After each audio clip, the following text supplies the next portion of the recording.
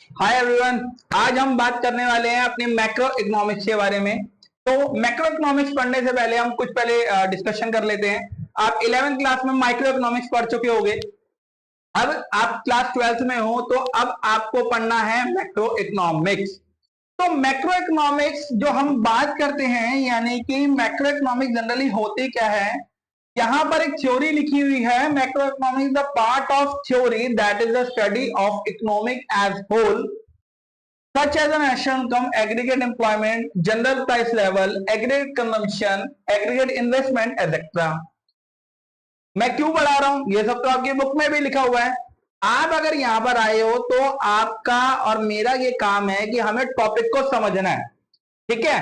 तो अब बिना टाइम वेस्ट करे सबसे पहले थ्योरी तो हम बहुत पढ़ लेंगे, क्योंकि बुक भी आपके पास है, सारी चीजें हैं, नेट पे इतने सारे नोट्स हैं। तो आप इस वीडियो पे क्यों हो, आप इस वीडियो पे क्यों हो, आपको वीडियो के एंड में पता लग जाएगा, ठीक है। तो चलिए सबसे पहले हम बात करते हैं मैक्रो इकोनॉमिक्स। चलिए सबसे पहले अगर मैं बात करूं, अगर मैं थोड़ा रिवाइंड पे जाता हूं कि जो क्लास 11th में आप पढ़ के आ रहे थे वो थी माइक्रो, अब आप पढ़ने वाले हो मैक्रो। तो इन दोनों में डिफरेंस होता क्या है, माइक्रो एंड मैक्रो। माइक्रो में एग्जांपल लेते हैं कि यहां पर क्या है, फैमिली फैमिली के अंदर 4 मेंबर हैं, A B C and D.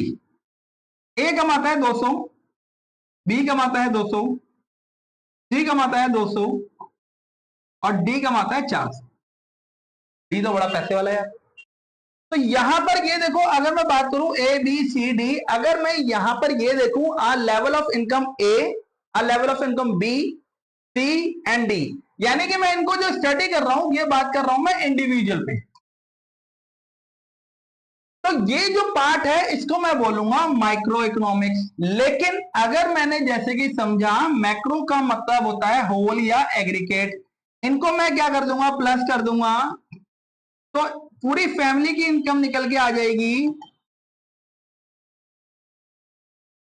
1000, यानी कि इसको मैं बोलूंगा मैक्रो। यानी कि आप समझ चुके होंगे माइक्रो किसका पार्ट है, मैक्रो का ही पार्ट है। अच्छा आप सोच रहे होंगे मैंने वाई लिख दिया, देखो इकोनॉमिक्स पढ़ रहे हो तो इकोनॉमिक्स की टर्म्स को बेसिक समझना जरूरी है। इनकम को हमेशा शो करते हैं हम वाई से। छोटी छोटी चीजें याद रखोगे, एग्जाम में बहुत अच्छे तरीके से काम आती है। बहुत सारे बच्चे तो इनकम को आई से शो कर देते हैं, तो आई से नहीं होता, आई से इन्वेस्टमेंट होती है। टाइम आने पे सारी चीजें समझाई जाएगी। अभी आपको याद रखना है कि मैक्रो क्या है, बस, ठीक है। अब यहां से हम देखते हैं कि a macroeconomic is a part of economic theory. Economic is a whole, such as a national income, aggregate employment, general price level, aggregate consumption. Aggregate consumption is the total consumption, aggregate investment, etc. It is the main instruments of aggregate demand and aggregate supply. It is also called income theory and employment theory. एक बात याद रखना, MCQ जब आएंगे तो यही चीजें पूछी जाती है। मैक्रो इकोनॉमिक्स को क्या क्या बोलते हैं, इनकम थ्योरी भी बोलते हैं और एम्प्लॉयमेंट थ्योरी भी बोलते हैं। और माइक्रो को क्या बोलते हैं, तो माइक्रो को बोलते हैं प्राइस थ्योरी, ठीक है। अब ये इसका स्ट्रक्चर दे रखा है कि ये कौन से स्ट्रक्चर पे डिपेंड करती है। तो स्ट्रक्चर ये समझने से पहले मैं आपको कुछ बेसिक चीजें समझा देता हूं, जिससे आपको चीजें समझ में आ जाएंगी। अगर मैं बात करूं कि इकोनॉमिक्स जो होती है वो 4 सेक्टर पर डिपेंड होती है। सबसे पहला होता है हमारा हाउस होल्ड, दूसरी हमारी होती है फर्म, तीसरी होती है गवर्नमेंट, सरकार। अमिताभ बच्चन वाली नहीं बात कर रहा, आगे बात कर रहा हूं rest of the world, rest of the world. Rest of the world यानी कि बीच का बिच्छू नहीं होगा। रेस्ट ऑफ द वर्ल्ड का मतलब होता है कि जो बच गया। अब ये बात करेंगे, अभी इसको टाइम आने में बात करेंगे। हम बात करने वाले हैं 2 सेक्टर के बारे में, 2 सेक्टर मॉडल।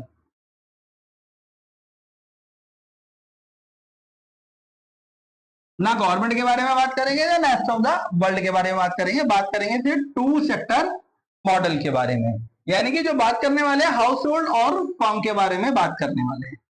तो चलिए एक बात समझते हैं, यहां पर हम ले लेते हैं हाउस होल्ड और यहां पर हम ले लेते हैं फर्म।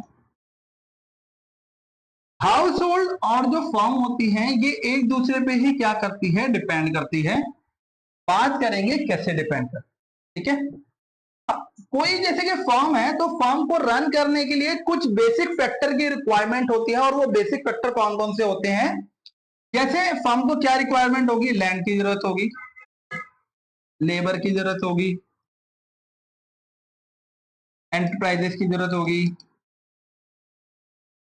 कैपिटल की जरूरत होगी। ये कहां से मिलेगा, हाउस होल्ड से तो मिलेगा, हाउस होल्ड से ही मिलेगा इनको।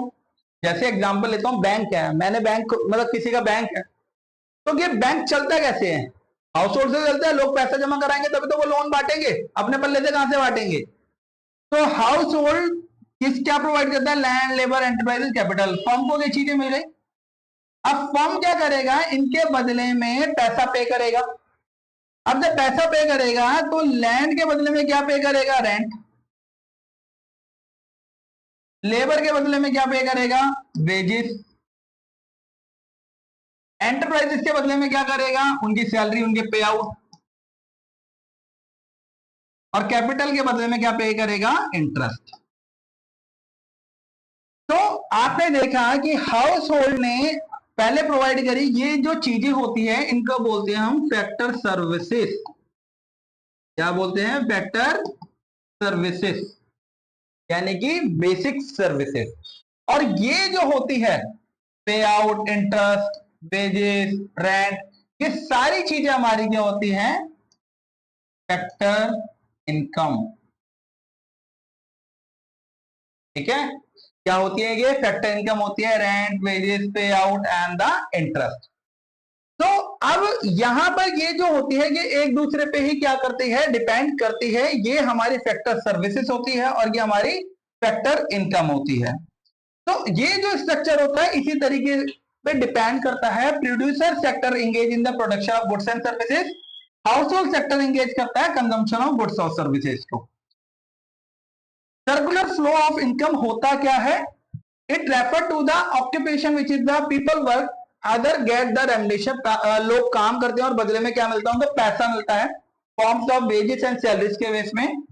ये who are the employed of other called is the employees and the one who employs are called the employer। ये तो समझ में आ चुका होगा कि जो काम कर रहा है वो एम्प्लॉयज और जो काम बांट रहा है वो एम्प्लॉयर है।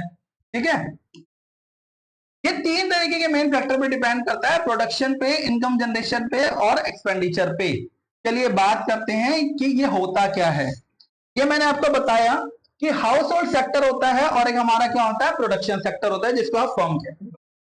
अगर मैं बात करूं कि ये क्या कर रहा है, इनको सर्विसेज प्रोवाइड कर रहा है, कौन सी, जो दोबारा से रिवाइज करा देता हूं, factor of production, land, labour, capital and the enterprises.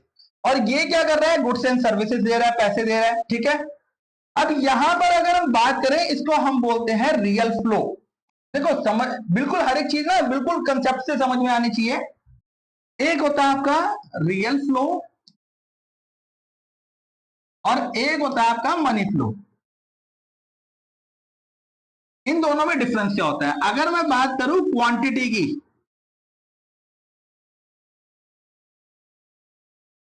तो ये होता है हमारा रियल फ्लो। ठीक है, और अगर मैं बात करूं मार्केट वैल्यू की,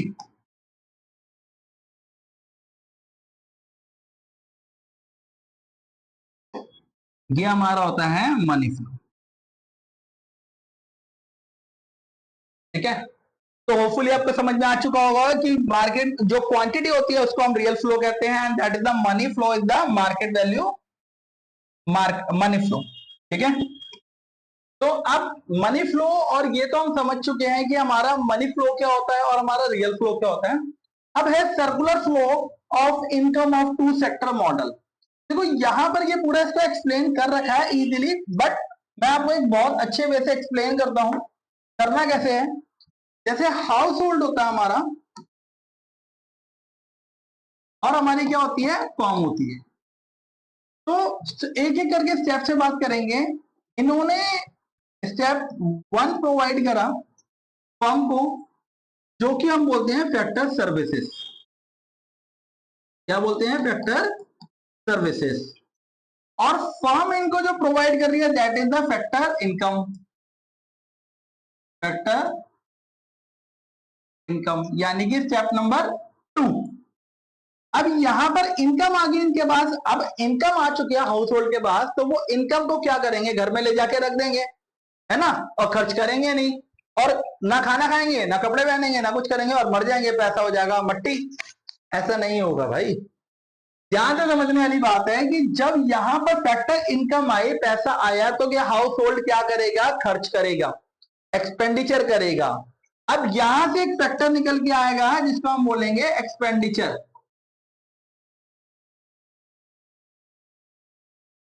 ठीक है, एक्सपेंडिचर करेगा। एक्सपेंडिचर यानी कि चीजें खरीदेगा, कपड़े खरीदेगा, खाने की चीजें खरीदेगा, और यूजफुल थिंग्स, बहुत सारी चीजें, बहुत सारी चीजें खरीदेगा। ये पैसा किससे खरीदेगा? ये सामान कौन बनाएगा? फर्म ही बनाती है। तो ये पैसा वापसी एक्सपेंडिचर होकर किसके पास जाएगा? फर्म के पास जाएगा। यानी कि स्टेप नंबर 3, ये पैसा किसके पास गया? फर्म के पास। और फर्म इनको क्या प्रोवाइड कर रहा है? Goods and services. क्या प्रोवाइड कर रहा था वो? Goods and services. और फैक्टर नंबर 4 जब यहां पर जाएगा तो इनके पास जो होगा फैक्टर नंबर 4 पे क्या निकल के आएगी? Total income. और टोटल इनकम हमारी क्या होती है? Rent plus wages plus interest plus पे आउट। तो ये हमारी होती है क्या? टोटल इनकम होती है। ठीक है, तो होपफुली आपको समझ में आया होगा। अब हम यहां से देखते हैं। देखो यहां पर भी क्या दे रखा? फर्म है और हाउस होल्ड है। हाउस होल्ड ने क्या करा? सबसे पहले इनको प्रोवाइड करा फैक्टर सर्विसेज, लैंड लेबर। इन्होंने क्या करा? उनको फाइनल गुड्स प्रोवाइड करे। इन्होंने क्या करा? फिर यहां पर बनी वैल्यू दी उनको, मतलब हाउस होल्ड ने पैसा खर्च करा तो उनके पास पैसा निकल के आया, और पैसे के बाद इनकी क्या हुई? टोटल इनकम जनरेट हुई, that is rent, wages, interest and profit. और ये सर्कल क्या रहेगा? 2 सेक्टर में ऐसे ही रन होता रहेगा। तो होपफुली आपको समझ में आ चुका होगा ये सारी चीजें कि इसमें कैसे कैसे प्रोसीजर रहने वाला है। अब हम बात करते हैं। देखो यहां पर हर एक चीज को सिस्टमेटिकली पॉइंट से लिखा गया है। अब पॉइंट से क्यों लिखा गया है? क्योंकि देखो एग्जाम के अंदर कुछ बच्चे 70 लाते हैं, 80 लाते हैं, 90 लाते हैं, 95 तक लाते हैं, 98 तक लाते हैं।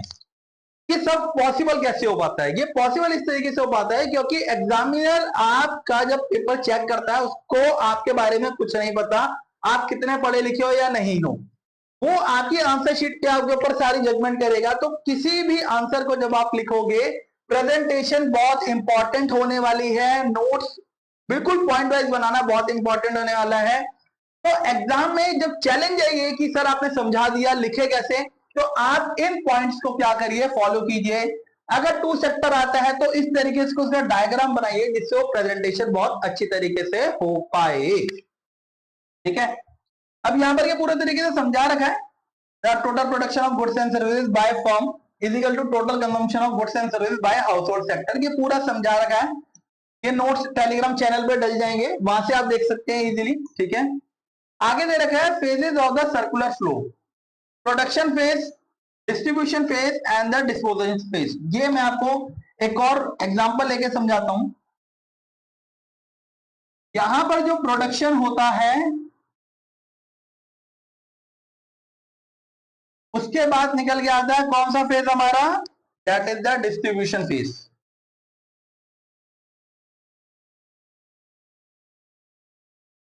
डिस्ट्रीब्यूशन फेज के बाद निकल के आता है डिस्पोजिशन फेज।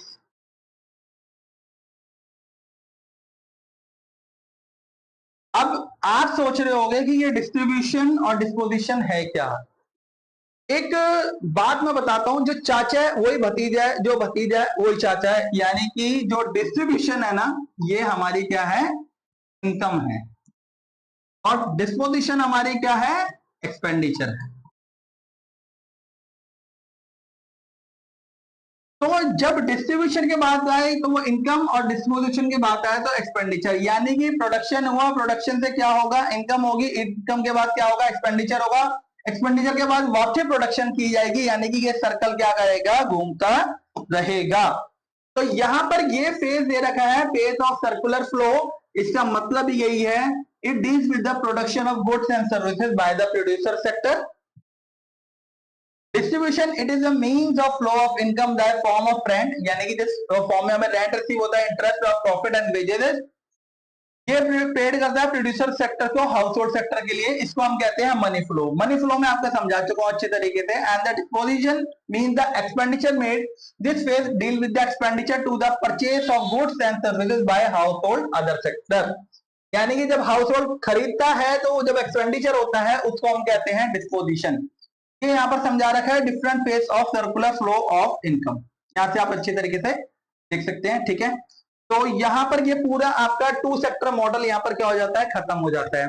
तो होपफुली अगर आपको सब कुछ समझ में आया हो तो आप वीडियो को लाइक कर दीजिए, चैनल को सब्सक्राइब करके रखें, टेलीग्राम चैनल को फॉलो कर ले, इससे आपको आपके एमसीक्यू जो इंपॉर्टेंट क्वेश्चन है, लास्ट ईयर के प्रीवियस ईयर क्वेश्चन जो है वो मिल पाए, और आप भी उन बच्चों में सिलेक्टेड हो पाए जो बच्चे 90% प्लस स्कोर करते हैं।